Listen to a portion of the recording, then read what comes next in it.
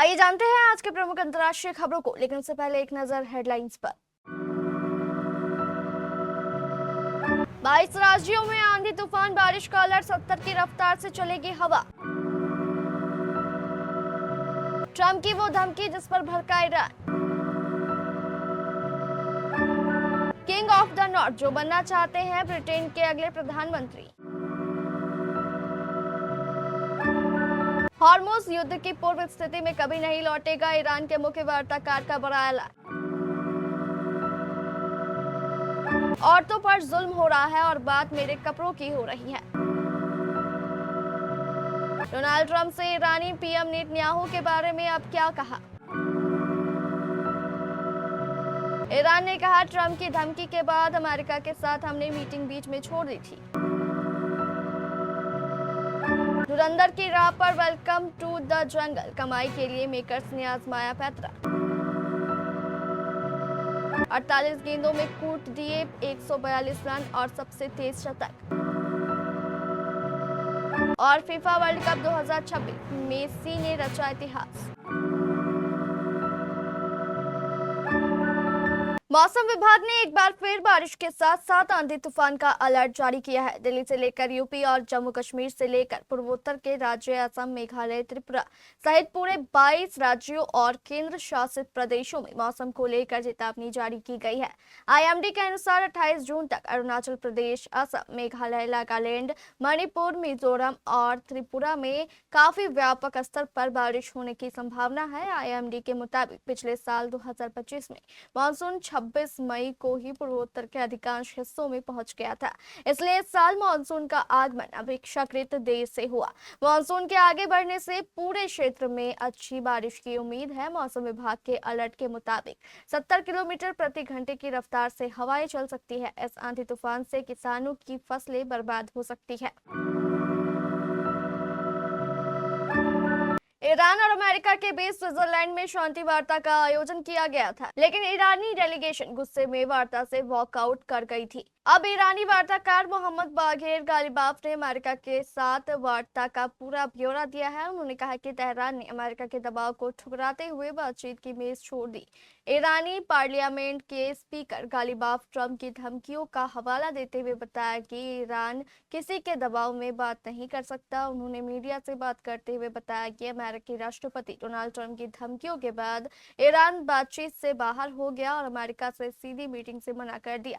Ghalibaf ने कहा, बातचीत के दौरान मुझे पता चला कि ट्रंप ने हमारे प्रेसिडेंट, बातचीत करने की वाली टीम और हमारे इलाके पर होने वाले हमलों के बारे में धमकी भरी बातें कही थी। मैंने वेन से कहा, हम यहाँ बातचीत कर रहे हैं और साइन किए गए समझौते के मुताबिक पहले क्लोज में लिखा है कि कोई धमकी या जबरदस्ती नहीं होनी चाहिए। फिर भी आज आपके प्रेसिडेंट ने धमकियां दी।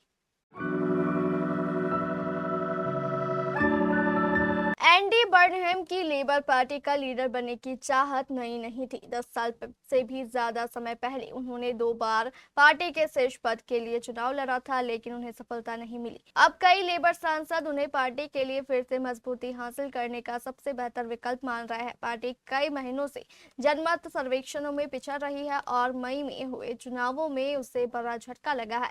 मेकरफील्ड उपचुनाव में बर्नहम ने दक्षिणपंथी पार्टी रिफॉर्म यूके को हराया। रिफॉर्म यूके दूसरे स्थान पर रही। इस जीत के साथ ग्रेटर मैनचेस्टर पूर्व मेयर ने लेबर के वोट प्रतिशत को 2024 के आम चुनाव में 45% से बढ़ाकर लगभग 55% तक पहुंचा दिया।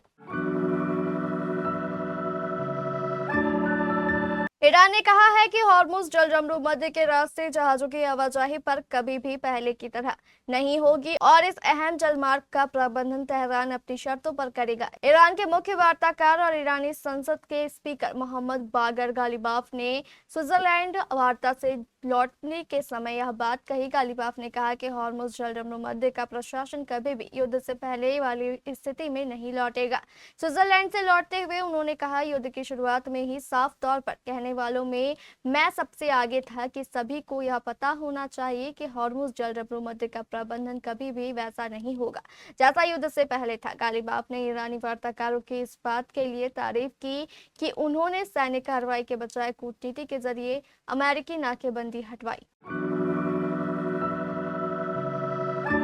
अफगानिस्तान के पूर्व पत्रकार और टीवी प्रेजेंटर गोलाली करीमी के कपड़ों और उनकी लाइफस्टाइल को लेकर सोशल मीडिया पर अफगानी नागरिकों के बीच बहस छिड़ गई है। करीमी अब फ्रांस में मॉडल के तौर पर काम करती है। वह इंस्टाग्राम और टिकटॉक पर एक्टिव है। इंस्टाग्राम पर उनके 2.8 लाख और टिकटॉक पर 2.3 लाख फॉलोअर्स है। पहले वह अफगानिस्तान में शमशाद टीवी, लेमर टीवी और बाद में पेरिस के बेगम टीवी में काम कर चुकी है। 2 जून को डॉयचे वेले दारी ने कंधार से पेरिस गोलाली करीमी की विवादित कहानी शीर्षक से एक वीडियो रिपोर्ट प्रकाशित की, जिसमें उनके कपड़ों की आलोचना की गई। बाद में रिप्रेजेंटेटिव ने कहा कि अभी इस वक्त महिलाओं की सुरक्षा पर बात होनी चाहिए, ना कि कपड़ों पर। अमेरिका के राष्ट्रपति डोनाल्ड ट्रंप ने इजरायल और लेबनान के बीच बढ़ते तनाव पर कहा कि वह इस मुद्दे का हल निकाल लेंगे। यह बयान तब आया जब इजरायल के प्रधानमंत्री बेंजामिन नेतन्याहू ने सार्वजनिक तौर पर कहा कि उनकी सेना लेबनान से नहीं निकलेगी। दरअसल ट्रंप से सोमवार को प्रेस कॉन्फ्रेंस के दौरान एक रिपोर्टर ने पूछा कि नेतन्याहू को ऐसा करने से रोकने के लिए आप क्या करेंगे। इस पर ट्रंप ने जवाब दिया, मैं आपको नहीं बताऊंगा कि मैं क्या करने वाला हूं, लेकिन यह मुद्दा सुलझ जाएगा। मैं प्रॉब्लम सॉल्वर हूं, मैं बहुत जल्दी समस्याएं हल कर देता हूं। नेतन्याहू के साथ भी। स्विट्जरलैंड में ईरान और अमेरिका की बातचीत खत्म हो गई है, जिसके बारे में ईरानी वार्ताकार मोहम्मद बगर गालिबाफ ने जानकारी दी है। गालिबाफ ने मीडिया से बात करते हुए कहा कि वह अमेरिकी राष्ट्रपति डोनाल्ड ट्रंप की धमकी से नाराज होकर बैठक छोड़कर चले गए थे, जिसके बाद अमेरिकी पक्ष ने मध्यस्थों के जरिए एक और बैठक की मांग की। ईरान के हैदराबाद कॉन्सुलेट ने गालिबाफ की एक वीडियो क्लिप शेयर किया है, जिसमें वो मीडिया से बात करते दिखे। गालिबाफ कहते हैं कि 80 मिनट की बातचीत के बाद मुझे पता चला कि ट्रंप ने हमारे राष्ट्रपति, हमारी वार्ता टीम और हमारे इलाके पर हमले की धमकी दी है। मैंने अमेरिकी उपराष्ट्रपति जेडी वेंस से कहा कि हम यहाँ बातचीत के लिए आए हैं। समझौते की पहली शर्त में साफ लिखा है कि कोई धमकी या दबाव नहीं होना चाहिए, लेकिन आज आपके राष्ट्रपति ने धमकी दी। या जान लो कि हम धमकी या दबाव में बातचीत नहीं करते। अजय कुमार की film welcome to the jungle actor की सुपरहिट फ्रेंचाइजी वेलकम की तीसरी फिल्म है। इस फिल्म के निर्देशक अमजद खान है और उन्होंने अपनी अपकमिंग मूवी के लिए सितारों की फौज खड़ी कर दी है। रवीना टंडन, अक्षय कुमार कई साल बाद इस फिल्म के जरिए पर्दे पर एक साथ दिखने वाले हैं। वेलकम टू द जंगल में मेकर्स ने सितारों की फौज खड़ी कर दी है। अक्षय कुमार, परेश रावल, दिशा Patani, Sanjay Dutt, Sunil Shetty, Arshad Warsi, Shreyas तलपरे, Tushar Kapoor, Johnny liver, Rajpal Yadav, Krishna Abhishek, Lara Dutta, Jacqueline Fernandes, Kiku, Sharda समेत कई सितारे एक साथ नजर आने वाले हैं। फिल्म को लेकर बज़ बना हुआ है, लेकिन कमाई में कोई कसर ना रह जाए, इसीलिए मेकर्स अपनी तरफ से हर पैतरा आजमा रहे हैं। अमजद खान भी आदित्य धर की राह पर निकल पड़े हैं। आदित्य ने अपनी फिल्म धुरंधर के लिए पेड प्रीव्यू की शुरुआत की। ट्रेड एनालिस्ट का मानना है कि इससे फिल्म की कमाई में भारी इजाफा हुआ। राजस्थान रॉयल्स के 22 साल के बल्लेबाज अमन राव पेराला ने तेलंगाना की टी20 लीग में ऐसा तूफान मचाया कि घरेलू टी20 क्रिकेट का नया इतिहास रच दिया। मेदक फाल्कन्स के खिलाफ उन्होंने सिर्फ 32 गेंदों में शतक जड़ते हुए भारतीय घरेलू टी20 लीग में सबसे तेज सेंचुरी का रिकॉर्ड अपने नाम कर लिया। भारतीय घरेलू क्रिकेट में इन दिनों बल्लेबाजों का दबदबा देखने को मिल रहा है। इसी कड़ी में राजस्थान रॉयल्स के युवा बल्लेबाज अमन राव पेराला ने ऐसी बल्लेबाजी की जिसने सभी को हैरान कर दिया। 22 वर्षीय इस बल्लेबाज ने तेलंगाना टी20 लीग में मैदान पर उतरते ही विरोधी गेंदबाजों पर हमला बोल दिया और महज 32 गेंदों में अपना शतक पूरा कर लिया। इसके साथ ही उन्होंने भारतीय घरेलू टी20 लीग इतिहास का सबसे तेज शतक लगाने का रिकॉर्ड भी बना लिया। राजस्थान रॉयल्स द्वारा सोशल मीडिया प्लेटफॉर्म एक्स पर साझा की गई जानकारी के मुताबिक हैदराबाद के लिए घरेलू क्रिकेट खोलने वाले अमन राव पेराला ने मेदक फाल्कन्स के खिलाफ यह यादगार पारी खेली थी। उन्होंने 48 गेंदों का सामना करते हुए 295.83 के स्ट्राइक रेट से 142 रन बनाए।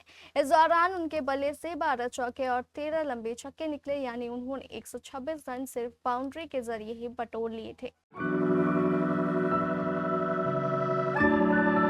फीफा वर्ल्ड कप 2026 में 22 जून का दिन एक बार फिर अर्जेंटीना के लियोनेल मेसी और फ्रांस के सुपरस्टार किलियन एम्बापे के नाम रहा। दोनों ने जबरदस्त प्रदर्शन करके अपनी अपनी टीमों को जीत दिलाई। अर्जेंटीना और फ्रांस दोनों ही अपने शुरुआती दो मैच जीतकर अब अपने अपने ग्रुप में टॉप पर पहुंच गई है और अगले दौर में पहुंचने की उनकी संभावनाएं बेहद बढ़ गई है। इंगलवुड के सोफी स्टेडियम में ग्रुप जे के एक मैच में अर्जेंटीना और ऑस्ट्रेलिया की टीमें आमने सामने थी। सबकी नजरें थी अर्जेंटीना के कप्तान और स्टार लियोनेल मेसी पर। वो मैच से पहले कुल वर्ल्ड कप मैचों में 16 गोल करके मिरोस्लाव क्लोसा के रिकॉर्ड की बराबरी कर चुके थे। ऑस्ट्रेलिया के खिलाफ भी उनका जलवा दिखा। हालांकि वो एक पेनल्टी मिस कर गए और मैदान में मौजूद अर्जेंटीना के समर्थकों में निराशा फैल गई।